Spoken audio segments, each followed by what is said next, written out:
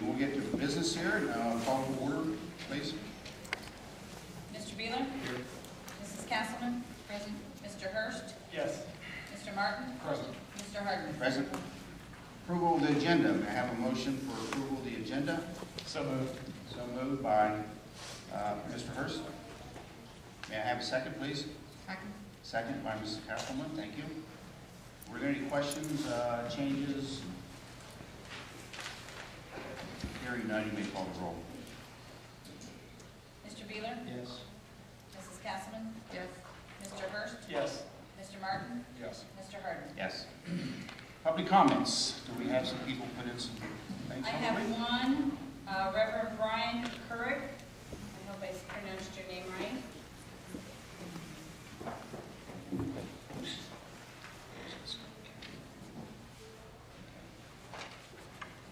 Reverend Kurt? Yes. If you could come down to the microphone here, sir, please. Did I pronounce your name correctly? Yes, sir. Cesare. Microphone's right over there, sir. They record these, so we like this on.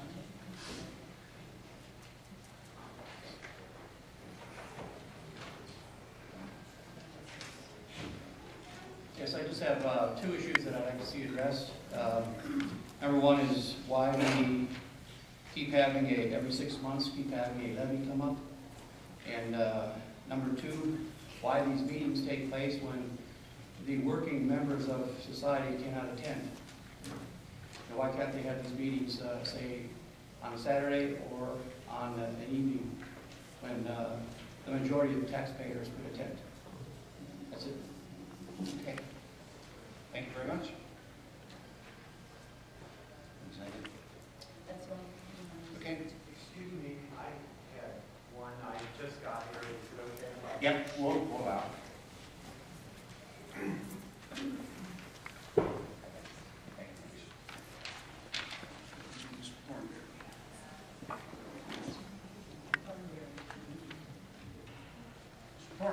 Yes, hi. Yeah, I just needed to know, there's some information out there about how long we can borrow money. I think as taxpayers, we need to know if the levies fail again, how long can we borrow money? And is there a cap? I've heard that there may not be a strong and hard cap on how much we can borrow. And our community maybe thinks that there is, and that we will have some type of action at the end of this year, regardless of if the levies fail. And I think as taxpayers, we need to know.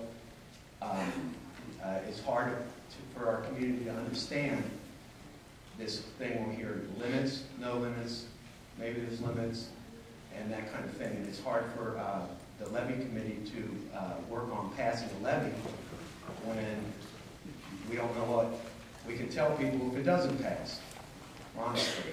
So that's pretty much all I felt like as a community. We need to hear very clearly about what would happen if a levy would not pass this year. And of course, we hope that it doesn't come to that, but that's all I felt. That is a very important piece of information for our community to make a decision that we have not had. We've had information, but not clearly. People read a law, and then they say, well, it's not hard and fast. So we need to know what would happen, what our borrowing, if there is such a thing as a borrowing limit, and what will happen. Thank you. Thank you very much for your comments, Mr. Thornberry. And those are some issues, even the times of the meetings and everything, are issues we consider, we're talking about, and we'll try to get something out in writing on to answer some of these things to you. Meanwhile, we'll go on with approval of the minutes. May I have a motion to approve the minutes? So moved. So moved by Mr. Beeler. Second, please. I'll second that. Second by Mr. Hurst. Thank you. Great. Any questions or any changes to the minutes? No, I need that.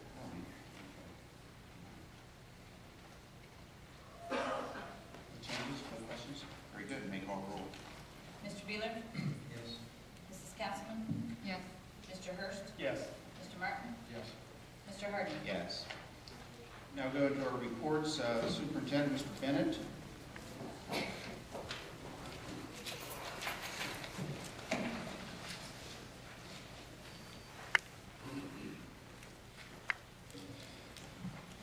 Good evening. I have 3 items that I wanted to share with you and get you caught up on some issues. First of all, I just wanted to update this board. Each time that we report out where we're at with enrollment, we currently have total enrollment of 4,038 here at Little Miami. We started the year at 4,099. We had, at this point, this year, going into this year, we had, to this point, 161 students withdraw. We've enrolled 156 new students, and 13 of them have withdrawn. So, pointing this out, that we have some definite transition going on still, maybe even spiking a little bit, just keeping you aware. Which brings me to the second item, to where we're at with state operating standards. You recall, we were given the direction of your Oversight Commission at our November meeting, and we reported out in December that we would continue to work towards state operating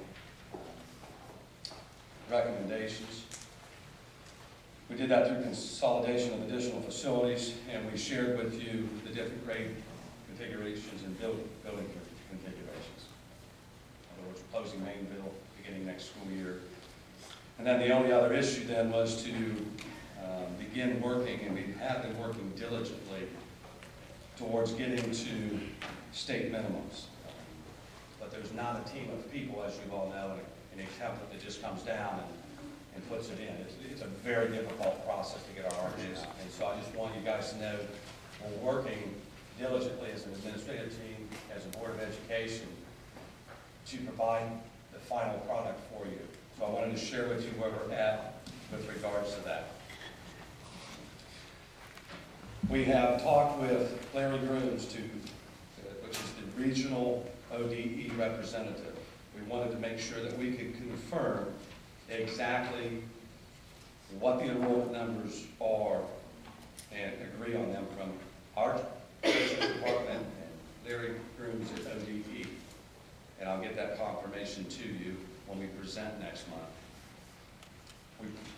Right now, the way it works is you take your regular enrollment and you divide it by 25, and that's how many teachers you can have in your district to run a state operating. That's how it's measured. So I just want to make sure everybody understands what we're trying to do. Regular enrollment is different from the enrollment piece that I just gave you.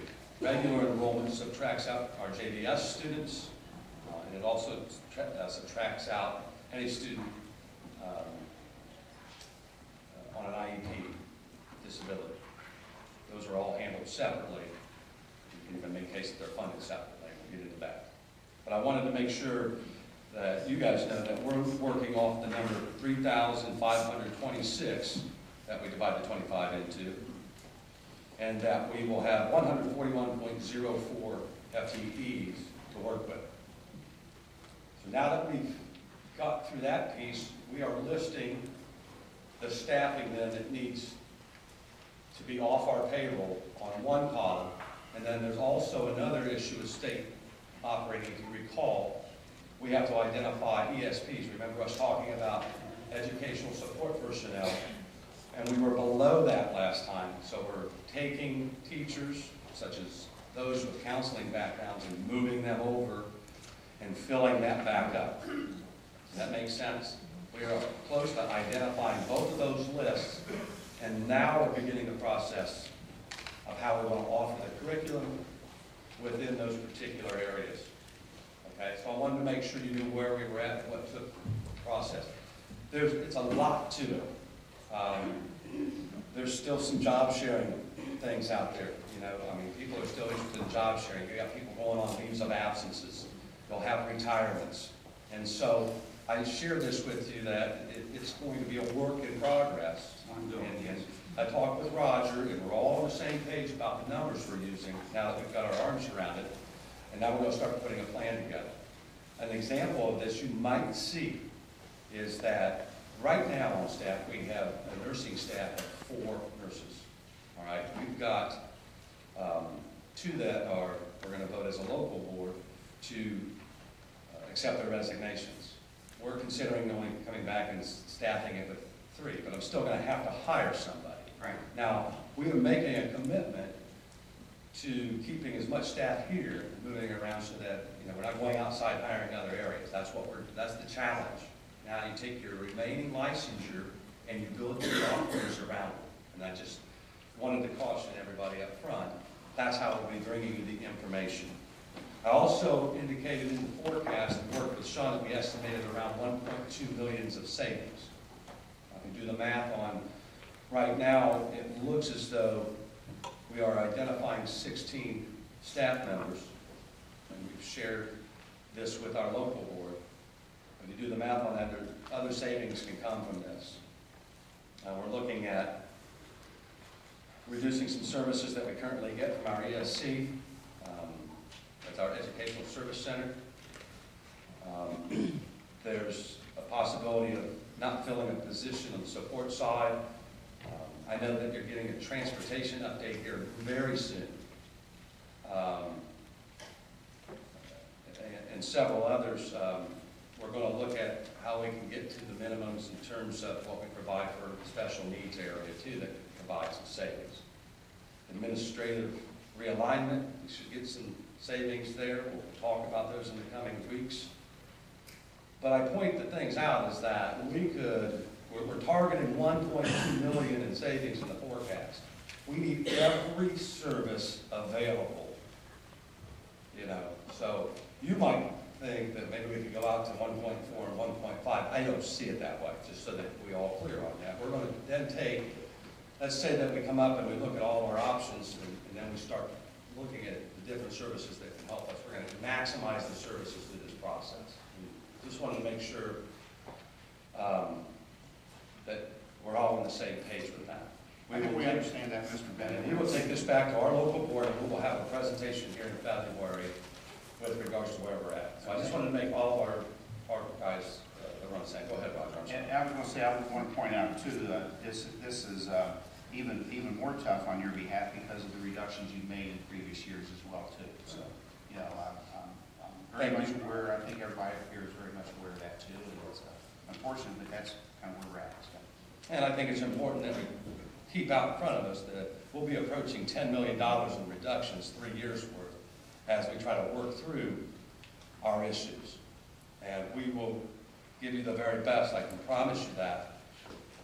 But when you take 1/3 of your budget out, there's going to be some significant changes in how we provide education. So, the other things are that I had asked, and I see that you have on the agenda to address the other two. If you recall, in December, and I have a PowerPoint here, that I had asked you to give us some direction with regards to extracurricular activities and closing the buildings at 4. Those are the only 2 things that we have not addressed that you asked me to address, if you recall back in November. With your resolution today, I'm assuming that what I read from this is that you are supporting our board and their model for pay to play. Is that That's correct, yes. You're not setting a pay to play number. There's still a lot to do with regards to looking at the data. As one of our board members pointed out today, and we did this in November at the end of each, at our local board meeting. At the end of each season, we're looking at gate receipts, we're comparing, and what I think we all need to know and remember is that it's a hard issue for us, if I recall, to make sure that we had the $65,000 carryover in that plan that you guys had commented on that is supportive. And thank gosh we have it in there right now, because we don't know how many what the gates are gonna do, what we're spending, and all those things, but we should have a better idea at our February meeting when we get there. So I'm gonna make that very clear, that I ask you to report out on those things or give us some direction. You're giving it. We'll go back to our local board and we will work from there. The second piece is that I'm assuming that you don't want to close buildings at 4 p.m. next year, since you did get the update that we saved $135,000 in energy savings from the current practice. I'm just assuming that. I'm going to move forward that we'll keep our current plan in place, limited facility use. Just assuming that. So, Yeah, I'm not sure what you're asking, if you're asking a question of force or if, my only comment to you, if you can save $132,000, probably that would be money that would be better spent in other areas. Staff, for example, and look at it in those terms. absolutely. But as I said, I wanted to make sure there were only two areas that we needed direction from. One you've addressed, and I'm just assuming that we talked about this the last time, it all hinged around if you're going to approve the model. And make it clear, you're not approving anything until our local board gets a chance to look at the numbers. Is that correct? Okay. Yes. Are there any questions for me with regards to the agenda or personnel or things I haven't addressed? I don't have any. But again, we speak on a weekly basis. We do, you guys, and I appreciate all your help. It's not been an easy piece for us. It's an emotional time for us, but it's also very difficult. Going through this with 35 districts previously, we understand and have a good idea. So we hope to have the next steps really clearly articulated with regards to where we're at with programming in February, if that's okay. Okay, great. Thank you very much. Treasurer's report.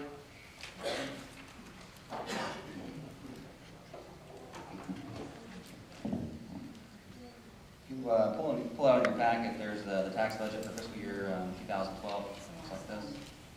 It's the very last thing. Oh, okay. Tax budget.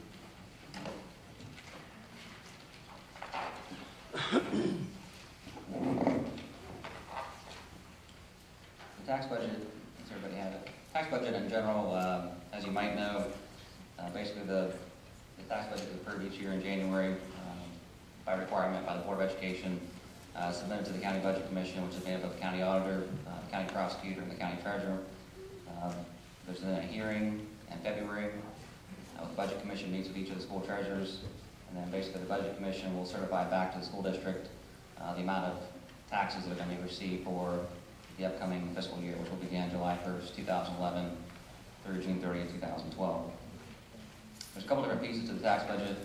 The first 4 pages are basically from the general fund, and they kind of mirror the forecast, the 5-year forecast. It's got 3 years of historical data. It's got a couple years going forward. And I won't go through that line by line, so these numbers do, like I said, in total, they do match up to the 5-year forecast. There's a little bit more detail in there in terms of function codes, object codes, different breakouts of that nature. But that's a little bit of historical data.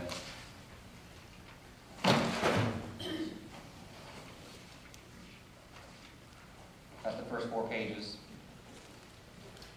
And like I said, since this does come from the forecast, we've gone through the forecast quite a bit over the last few months. I won't go into a lot of detail there unless there's any specific questions on any of those pages. If you move forward to the very top, it says Exhibit 2, which is page 5 in your packet. This is our debt service fund, and we've got Mr. Nelson here with us tonight. He can attest to you this is probably, there's a couple of sheets in here that are more important than others. The debt service fund is one of the more important ones.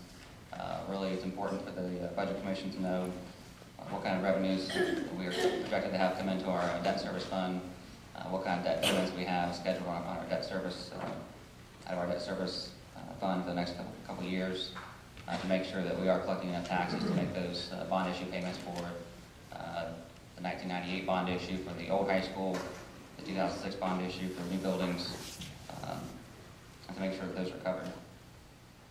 Mr. Babbitt, this is not all your revenue, this is just your tax collection revenue? Right. Okay. And the debt service fund. The reason, because I was looking specifically for the solvency assistance that you got, and this would not be part of this thing. Are you looking at the debts? Look at the debt service, page 5? It'd be a debt service. Right. Yeah, solvency assistance would be in the general fund, that'd be part of those first few pages. Then page 5 is just debt service, so that would not include anything from the solvency assistance. And if you flip back a couple more pages, the last 2 pages, the second to the last page is called a certificate of estimated resources. This is what the Budget Commission will review, and then they will submit back to the school district in terms of, we've got our beginning cash, beginning balances, the estimated taxes we're going to get by different types of fund. They'll look at those numbers and certify back to us. So in essence, it's the budget, or the tax budget kind of validates or verifies that we do need all the taxes that the school district has levied on the ballot right now. And those amounts will be certified, like I said, from the county auditor's office, and they'll submit it back to us, and we can use that when we go to prepare our fiscal year 2012 appropriations. Not a lot of change right now, obviously, in the amount of taxes we're collecting. We did go down a little bit. The 2009 triennial update, as you probably recall, we went down about close to 9% in total valuation. So we dropped a little bit in terms of our collections there in the general fund, and also our bond retirement fund. But not a lot of change projected this year. One of the things that, again, looking at the very last page, again, one of the important pieces of this is the bond retirement fund and making sure that we do have enough coming in to cover those debt payments. We have some payments that are kind of, a few years ago, as part of the bond issue, part of the way the debt was structured was that because of the historical growth that we had, some of those payments were increasing over time to basically smooth out and allocate those payments evenly for the people who were in the district at the time, and also for the people who are projected to move into the district. And since values have actually gone down, we do need to keep a close eye on that and make sure that we have enough millage out there to collect, to make sure we're covering all those debt payments. So, any specific questions about anything that is in the tax budget? We will, again, that's on the agenda for, as a resolution, so we may come back to it later. Right now, I don't think we have any questions. That's all I have. Thank you very much. Secretary Monitor. If you look at the monthly monitoring report for December, you can look at line number 1, the year-to-date actual receipts, and they jumped significantly for the month, and that's because the district received their 5.1 state loan, 5.1 million state loan. I think it was like the 3rd or something of December. So that's in there. So for a change, we've always been comparing the receipts in A versus expenditures in B, and they've been neck and neck for the entire school year. And now we actually have a little bit of a gain here. So that's a significant help. He will start receiving his second half real estate taxes probably sometime at the end of January, beginning of February. So that will also help with the revenue. Technically, if it was true to form, you would see the actual almost a $5 million difference between that revenue and expenditure. The problem is, if you remember, that COPS note came due unexpectedly, and so $2 million had to come out of the general fund to pay that. So the difference isn't as nice as we'd expect it to be, but you can see the difference is about $3 million. So we are running just about at that point. So right now our revenue is looking really good, but as that's a one-time payment. So as the rest of the school year goes on, that will wane with the expenditures. On the second page, the only thing we want to note is the salary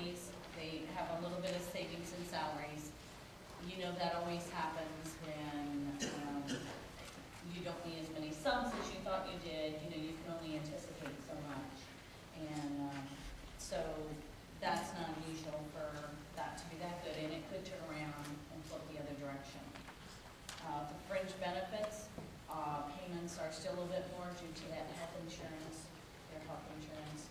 Otherwise, staff is staying the same, reconciliations are fine. On the back page, we have the other funds that are showing negative balances. Most of them are funds that are grant funds where they've submitted cash requests for reimbursements for federal grants and are waiting those. That's what most of those are. It's 532 fund, is that the, 532 is the SFSS fund. why is that one running in a negative fund? Probably he has posted more expenditures based on salaries and it'll catch itself up and then when it comes in. Okay. How long does it take to collect these? Usually once you submit a project cash report, you get the money in the next month. Unless they're within 90%, then it's a little bit longer. But it usually doesn't take too long. The problem is that your expenditures to continue, you continue, they're mainly salaries, so the expenditures continue. So it's kind of almost a never-ending process on those grants. So that's about it. And we still are making notation on the 264 project that we'll need to address in